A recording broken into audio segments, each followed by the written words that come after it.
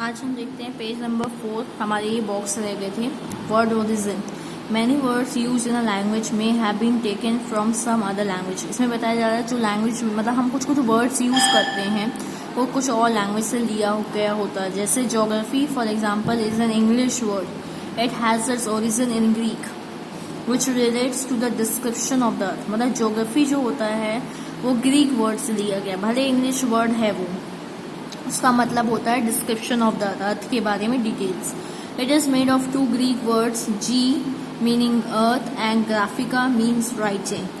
Without find out more about the earth, जैसे यहाँ पे दिया है geology, geometry, geoid, study of earth. Geology का मतलब होता है स्टडी ऑफ अर्थ के बारे में पढ़ना। Geometry measurement of the earth, earth का मेजर करना।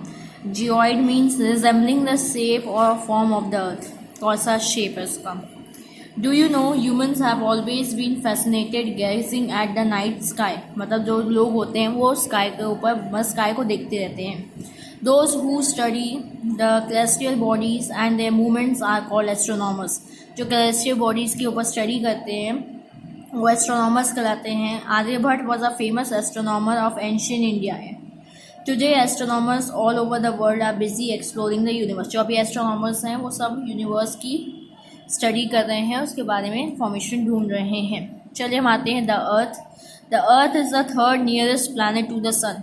सन के थर्ड नज़दीक कौन सा प्लानट है? अर्थ है।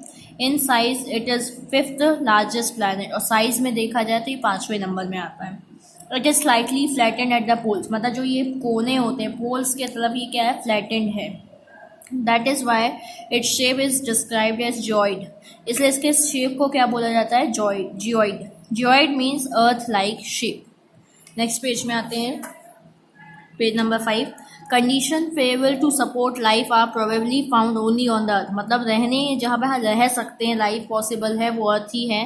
The earth is neither too hot not too cold. Earth ना ज़्यादा ठंडा है ना ज़्यादा गर्म है।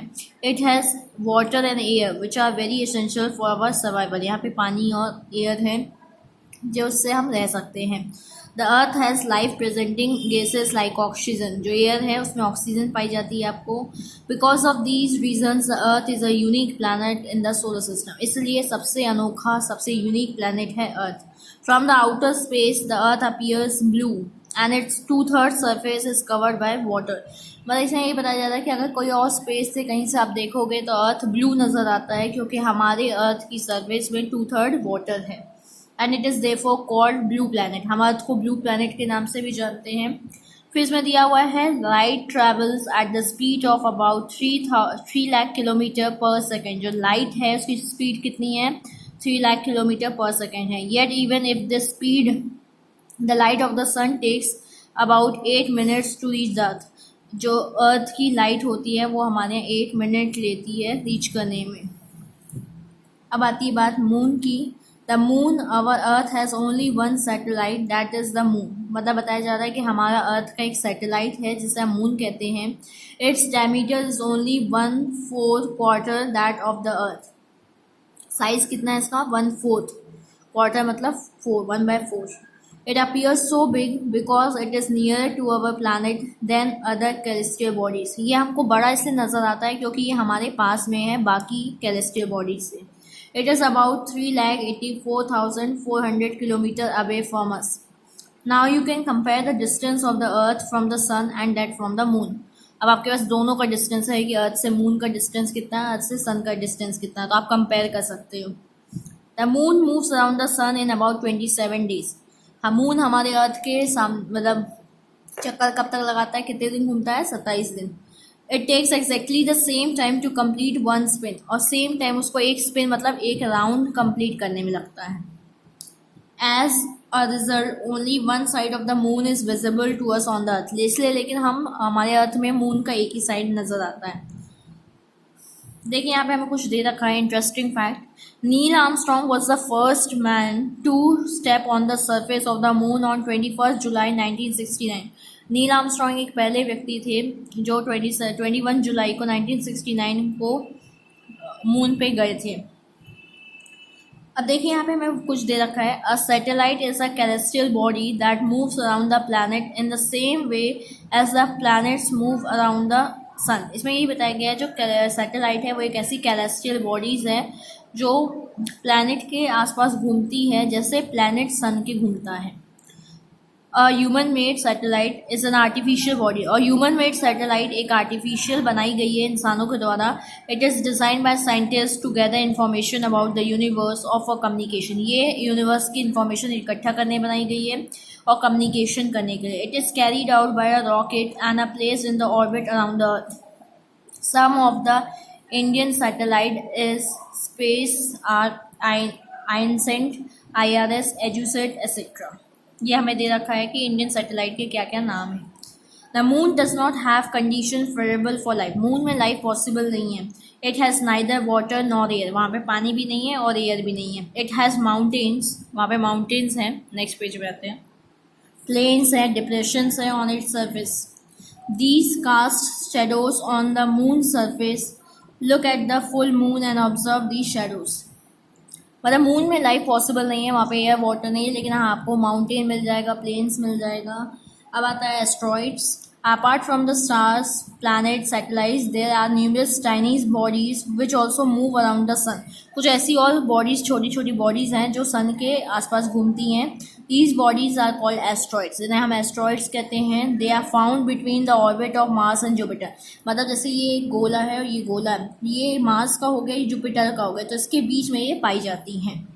Scientist are of the view that the asteroids are parts of planets which exploded many years back. तो मतलब ये बताया, साइंटिस्ट का ये मानना है कि जो एस्ट्रॉइड्स होते हैं वो प्लैनेट का ही पार्ट थे जो अब अलग हो चुके हैं जब उन्होंने स्टडी की थी।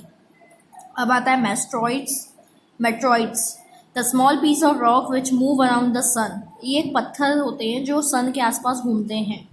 Are called meteoroid. Sometimes these meteoroid come near earth. कभी कभार क्या होता है, ये हमारे अर्थ के पास बहुत आ जाते हैं, tend to drop upon it, और हमारे अर्थ में आके गिरते हैं। During this process, due to friction with the air, they get heated and burn up. तो क्या होता है, जब ये हमारे अर्थ के पास आते हैं तो हमारे अर्थ में आप जानते हैं फ्रिक्शन है, ग्रेविटी है, तो वो एयर्स में क्या हो जाता है, एयर्स उसको खींच लेती है और एयर में जब वो कॉन्टैक्ट में आते हैं तो वो जल उठते हैं। It causes a flash of light, मतलब जैसे आग ही नहीं लगती है जी, चिंगारा जैसे, वैसे दिखाई देता है। Sometimes a meteor without being completely burn falls on the earth and creates a hollow. कभी कभार क्या होता है, ये पूरा अपने आप में जल नहीं पाते हैं, तो थोड़ा बहुत जो बचा रह जाता है वो हमारे ज़मीन में अर्थ के आके गिरती है और वहाँ पे छेद हो जाता है, हॉलो हो जाता है। Do you see a whitish broad band like a white glowing path across the sky on a clear starry night? It is a cluster of millions of star. This band is known as Milky Way galaxy. मतलब जब बहुत सारे millions of stars का एक cluster group बनता है उसे हम मिल्की वे गैलेक्सी कहते हैं। Our solar system is a part of this galaxy. जो हमारा सोलर सिस्टम है वो इस गैलेक्सी का पार्ट है। In ancient India it was imagine to be a river of light flowing in the sky. पहले ऐसा लगता था कि एक रिवर है स्काई में। It was named Akash Ganga. A galaxy is a huge system of billions of stars, clouds of dust and gases.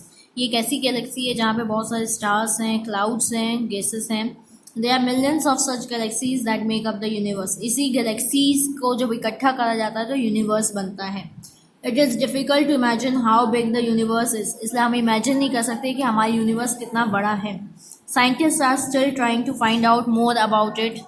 We are not certain about its size, but we know all of us, you and I, belong to this universe. हम जानते हैं कि हम इस universe का part हैं, हम Galaxy का पार्ट हैं। Thank you.